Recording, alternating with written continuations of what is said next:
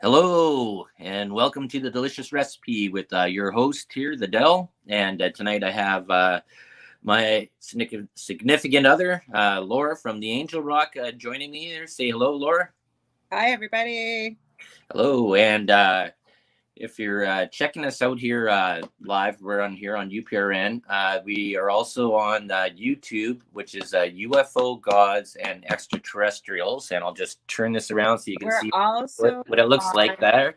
we're also on UFO Paranormal Radio channel. We're back on that again too, Oh, Del. are we in that one there? Okay, I was just looking at through the other one there. So that one there, and then if you're listening also or watching, I think there's Facebook and that. Where? What are the other ones there, Laura? You tell the rest of the people where they. We are on United Public Radio Network's Facebook page. If you look up UPRN or you can look up UFO Paranormal, I think it's Radio Network. You can look that up. It's on Facebook. We are on News on the Flip Side. There's one under Joe's name, Joe Montaldo. Um, you can just look that up. It'll come up as a page. We are also on Twitch. There's a few other on Facebook as well. Or like Del said, and the reason why we mention we keep an eye on the YouTube chat. We can see all the chat on StreamYard here, but we can't respond. And people join us in the chat room on, like I said, come on over. That's the easiest one to find is UFO Paranormal Radio. And yeah, we'll try and involve you in part of the show. We try and do that with people, right, Del? Yep, we tried to as the best we can. I know I'm not as great as this. I'm using very old technology. I'm using my old little iPhone to follow the chat, so it's small if I don't notice it or whatever. I got the TV going here, so if you always see me there looking down to look at this little device here, that's what I'm trying to follow on. But I try to keep on glancing over to it many times. Uh, I titled this one there "Backyard Barbecue," and we're actually in a sort of a walk around here a little bit. We're sort of in a really hazy day there. There's the barbecue right there. It's all covered up because we're expecting a little bit of rain, I think, or it's really, really humid here in Thunder Bay there this week. And other than that, it's been a hot. We almost came into like a second type of summer here. But one thing I wanted to start off here, and if anybody there is watching around there and listening about stuff, I planted out in the front garden here. I'm going to the front stuff, and Laura made this nice little. I guess I'm not even sure if you can say it, It's a topiary, fairy garden. It's a fairy a little garden. fairy garden of little animals. I'll show you all that very quickly. But what I did was I planted in one corner. I planted beans, cucumbers, a couple of watermelon seeds. I think there's about 20 different seed, or not 20 different, but four sets of five seeds. And the only thing that took in that whole one little corner was two watermelon plants. And they're like going off like gangbusters. I'll show you like that. Then at the other side here, you're going to see a bunch of yellow flowers. And I planted blues, yellows, um, uh, oranges, and that. And the only ones that came up were these sort of orangey yellow flowers. And there was only two plants, and that was out of 32 seeds that took in the front. So either I figured like my name's Dell, farmer in the Dell. Hey, this should be really easy there. I put a whole bunch of good soil in there and fertilizer and that. And I think the problem was is that one of the neighbors lets their cat go wild, and every day I come out there, I'd find it dug up and stuff like that. So I think there was probably two seeds that the cat didn't dig up or pee on and stuff like that. But here comes the question. I'm going to show you there very, very quickly. This is how big this watermelon patch of stuff is taken over. It's actually pretty interesting. Like you can see how big this is, and there you can see all the little stuff that he does. And there's the yellow wildflowers that I planted and that.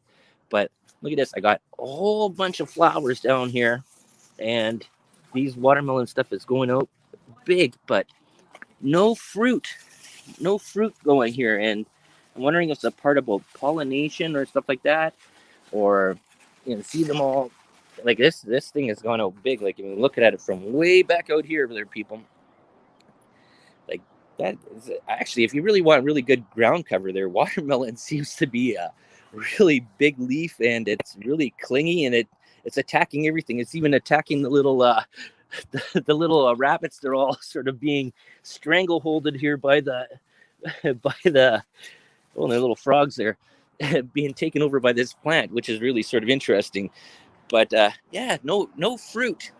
So if anybody has a comment there on this, is like, how do you make a watermelon plant go to fruit or give fruit? Well, I they said haven't. you had to prune back a lot of stuff so that all the energy goes to the flowers, like one of the best looking one or two flowers there. Mm-hmm. So that makes sense to me. Yeah, it's yeah. I don't know. It's just like I can try, but I guess do I prune back at all? Like how much do I prune? Leave one flower? Like I don't know. It's I been think you pretty got to good. go to YouTube like we go to YouTube for everything else to figure out how to do it and see what people's experiences are Mm-hmm. and go from there because otherwise, I don't know. We haven't had a lot of luck with growing stuff. We've been trying for how many years? Out at the cottage is a different thing, but here in town, not so much.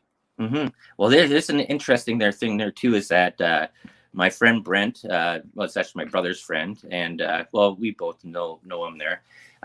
He just purchased an alpaca farm on the way out to camp, and he was doing research there. Is that alpaca poop is one of the best fertilizers there is for growing plants. So he gave me a bag of that when the last time when we were heading out and stopped there. So I have to go and see. I didn't do what he said there yet. I have it there, sort of sitting there waiting when I could go out there to fertilize all the stuff because I planted out at camp. I planted green peppers, green beans, yellow beans. What else did I plant? I didn't plant watermelon out there. I planted a whole bunch of wildflowers and stuff like that all over the place there on that hill that goes up my stairs because my camp sort of goes up on a hill. And I'm just wondering if maybe the rabbits and the groundhogs and stuff like that have eaten my stuff out there because I saw that there was some stuff growing the last time I was out there. But I guess we'll find out. yeah, that's true.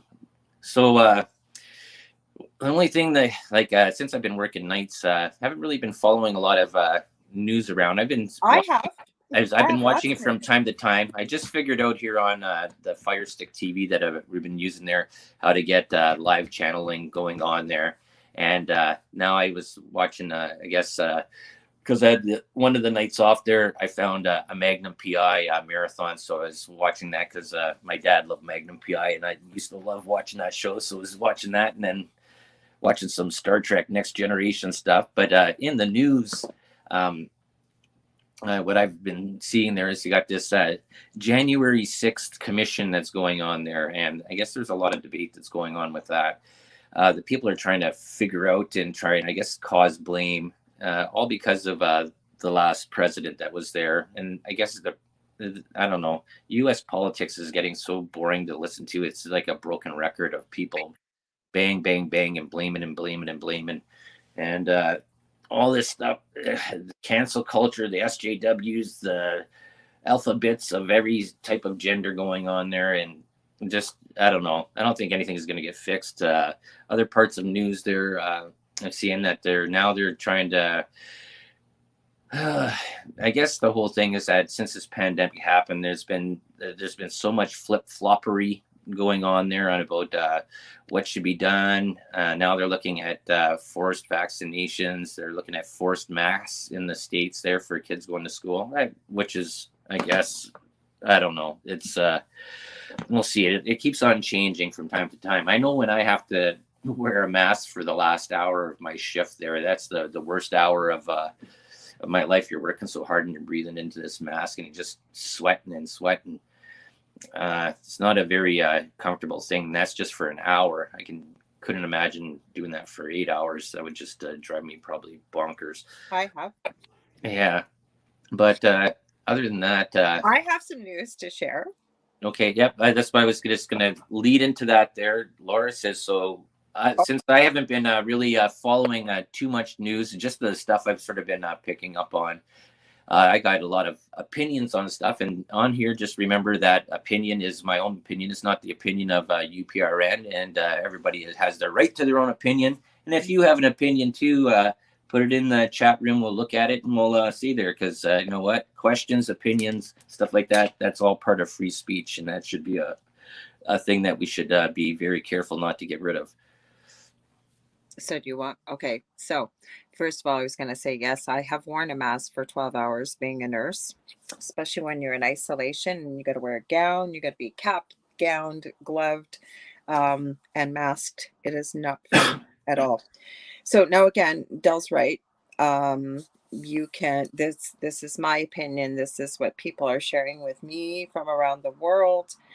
But it sounds like things are moving very quickly with a lot of the topics that you've shared. For example, I have a very good friend in Mazatlan that is Canadian, that in Mexico, that they purposely stayed in Mexico. Normally they leave in end of September, beginning of October. They usually come back to Canada end of March, beginning of April. They have applied for extended stay there because of what's been going on. And all of a sudden, and I've seen the notice, they've sent it to me, and it seems the only place this is happening right now is in Mazatlan, that they got a notice from the government that starting, I believe it's tomorrow, they're 2 hours behind us, unless you have the jab, you will not be allowed anywhere. You will not be allowed in stores. You will not be allowed to, like pharmacies, the market, anything like that. And I would never reveal who said this to me. I mean, I can tell you off air, but they were so astounded that this came so quickly and without much warning because they purposely had stayed there thinking they were safe. I also know, speaking specifically with people in Australia, and it seems even people in Australia aren't aware of this unless you are geographically in Sydney. Apparently, there's a large portion of apartment buildings there, and people, I know of one apartment building that I have the news article, plus the person lives in the city, that there's three families on three different floors in this apartment. It's not a high rise, but it's got about, looks like probably about 6 or 7 floors. Mhm. It has police tape around it, and nobody is allowed to leave the building because of these three separate families that apparently have come out with, uh, we'll call it CV-19. So that's something new. Things seem to be moving very quickly, like you said. Things are flip-flopping. I know here in Canada, I was sent a picture from Vancouver, BC, of signs up in Chinese, English, and French that said jabbed here, non-jabbed here. Just before we went live, apparently it was also in Toronto. Can't Mhm. verify it, didn't see a picture, but Right. apparently they've been just as quickly as these signs went up, they've been taken down. So, and again, this isn't rumor, this is from people that have witnessed this themselves. Mhm. So things seem to be moving so quickly, really, really quickly. Yet there's other parts, like I have friends in the southern US where it's life as usual, regular business, and pretty well has been most of the time. So go figure. Hmm. Yeah, that's sort of an interesting thing because we're coming up close to this September time when kids are going to school, and I think a lot of and plus we have elections coming up, and I think there's a whole part of this fear propaganda, and that's being forced out here by these political people that are in political power that people should be actually looking at. I was thinking about this earlier today there, and I remember I was watching this. Interview with Jesse Ventura, used to be the governor of Minnesota, I believe he Hmm. was. And he's been sort of leveled off as being a conspiracy theorist, crackpot, a crazy person now. This Down TV in, show. but if you want to check out, just put his name in there and check out to some of his parts that are back when he was talking in these discussions back. I think it was about 2010, 2011. And I have something to share with that when you're finished Okay, about Jesse. but it was sort of he made a lot of good points, and this is from about 11, 12 years ago, and he's saying that the best thing you can do is if you're voting for a party system, you're always going to lose. If you're voting for an individual, you have to also look at what the party's doing, and so the best way you can influence how government is going to be run and stuff like that is to actually don't vote for the people that are actually causing all the things that you're getting here. If you look at, I guess you'd say with Nancy Pelosi and the way that the Democrats have sort of the people that voted Democrat, you guys put these people into power, and now you're getting the effects of it. And it's the same thing here in Canada. People voted for Justin Trudeau and they voted for the party line. And you look at what's been happening here in Canada. It's just been sort of like almost like a total dictatorship where government has sort of imposed its part about being a parent and basically taking over your taking away your medical advice away in a way, because it always says, and just before I go into this, I'll let you say there, it says if you ever watched late night TV or any time of TV during the daytime and or evening time, when they have all these commercials for drug companies and stuff like that, Zoloft, whatever it is, could be for anything that whatever it is. There's commercials that they're constantly over there. Big Pharma just floods the thing with commercials, and the one thing that always says at the end, please consult your physician before taking this medicine. Well, this hasn't been the case there when it's come to this vaccine or this medical instrument. This has been, no one's been able to consult their physician. It's been government demanding that you get this jab. And the other part is that they're going to be forcing something into there where they're going to end up having some sort of identification, whether you've been jabbed or not. Okay, back Well, to the. well, backing up, and then I'm going to add something that was actually in our news from this CBC Canadian Broadcasting Company regarding what you just said. For Jesse Ventura, I had somebody on my show 2 weeks in a row, Dr. Rima Labo, and she is a board registered physician, but she has had a 50-year practice of I think she's written one prescription in all those years. She treats only with natural medicines. She's done a lot of research, but the reason why I bring her up, Jesse Ventura had a conspiracy theory show which you were referencing, I think, Del, and